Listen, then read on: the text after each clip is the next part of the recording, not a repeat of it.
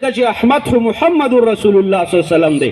نو چې کم سړی د احمد صلی الله علیه وسلم غلامي دا غنه مونږ دا تصور هم نشو کوي چې هغه د نبی علیه الصلاۃ والسلام نه پس د نبوت دعوا وکړي.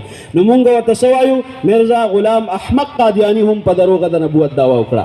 اوس دا څومره چې راغلي د دوی د نبوت دعوی چې دی هغه مختلفې دي. مونږ به دا خبیث او مردار والو د ده دعوی چې دی تاسو هغې ته غوږ کېږئ.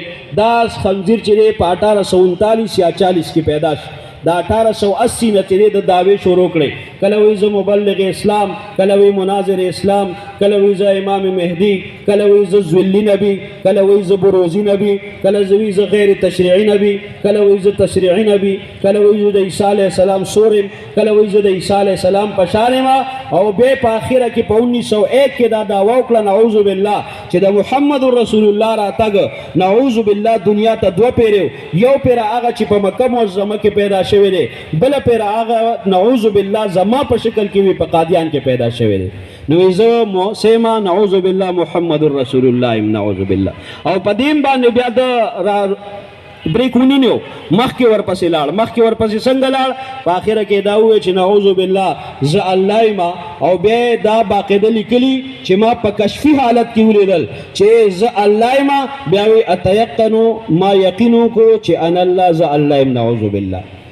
نو لہذا مونږه معنا داسې وکړه چې د نبی علیه الصلاۃ والسلام نه پس به بل هیڅ قسمه کېدارال نه به ذلی نبی پیدا کیږي، نه به بروزی نبی پیدا کیږي، نه به تشریعي نبی پیدا کیږي، نه به غیر تشریعي نبی پیدا کیږي، نه به عیسی علیه السلام په سوري کې پیدا کیږي، نه به محمد رسول الله په شکل کې دوباره څوک الله پاک دنیا ته رالیږي.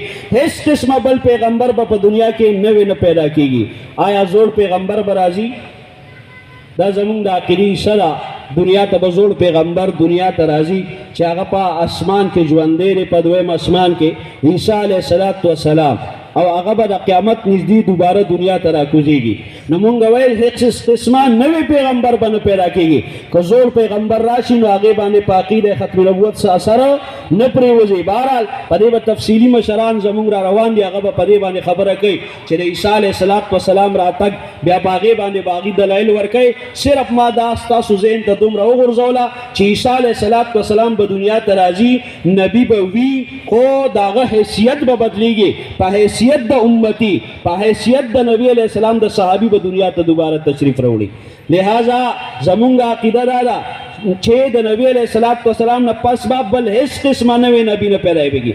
نوی نبی څه مطلب؟ اوس به د نبی علیہ السلام نه پس الله پاک داسې نه کوي چې یو مور هغه ته الله پاک بچی ورکړي او هغه رالوی شي او هغه ته الله پاک نبوت ورکړي. ځکه عیسی علیہ السلام د نبی علیہ السلام نه مخکې نبی تیر شوی دی. د نبی علیہ السلام نه پس به الله پاک بل نبی په دنیا کې نه پیدا کېږي. بهرحال عزتمندو مسلمانانو وروڼو، دغه خلک چې په دروغه د نبوت دعوه کوي، د دې کافرانو د عام کافرانو منځ کې لږ فرق دی.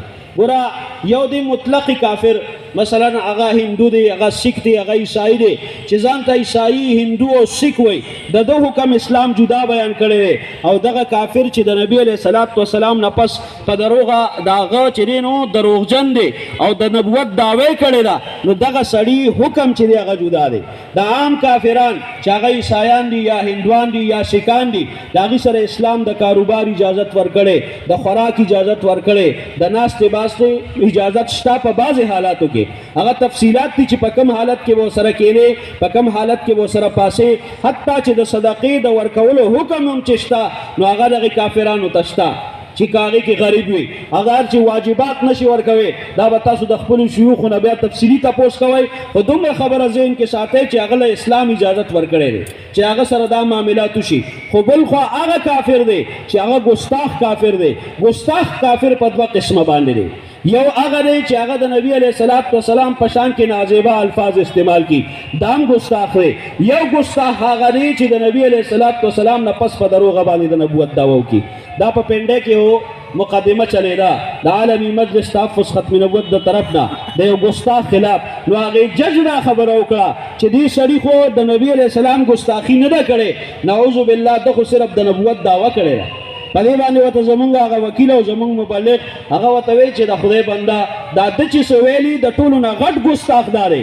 ګوره دا یو ګستاخ چې دی چې د نبي علیه السلام په شان کې نازیبه الفاظ استعمال کړي دی به یو پیره کنځلو کې او دا کم سړی چې د نبي علیه السلام نه پس دا څه وکړي د نبوت دعوه په دروغه وکړي په دروغه باندې وي چې زه نبي ما دا سړی څه وایي. ګوره دی وایي چې الله پاک په قرآن کې 100 پیرې دروغ ویلي چې نبی علیه السلام آخري نبی دی. نعوذ بالله دا سړی وی نبی علیه السلام 210 پیرې دروغ ویلي چې زه آخري نبی. نعوذ بالله دا سړی وی چې د صحابه کرامو اول اجماع چې هغه د ختم نبوت په باره کې شوی ده او هغه د ګستاخ رسول خلاف او د زنديق کافر خلاف شوی ده.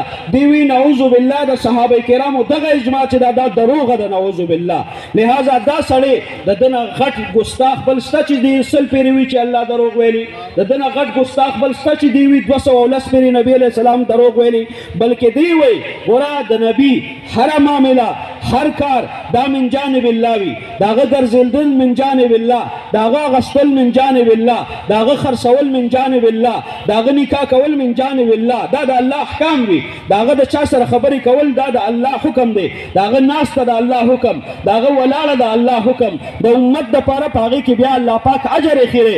لہذا نبی چې دی د حضور نه تاسو باقی کیږي صحابه کرام یا حضور تاسو چې دی انسان تاسو ګرځي بشر یې کله ګرځي کله ناسي کله خوشاله کله غم وي موږ تاسو هر خبره نقل کو.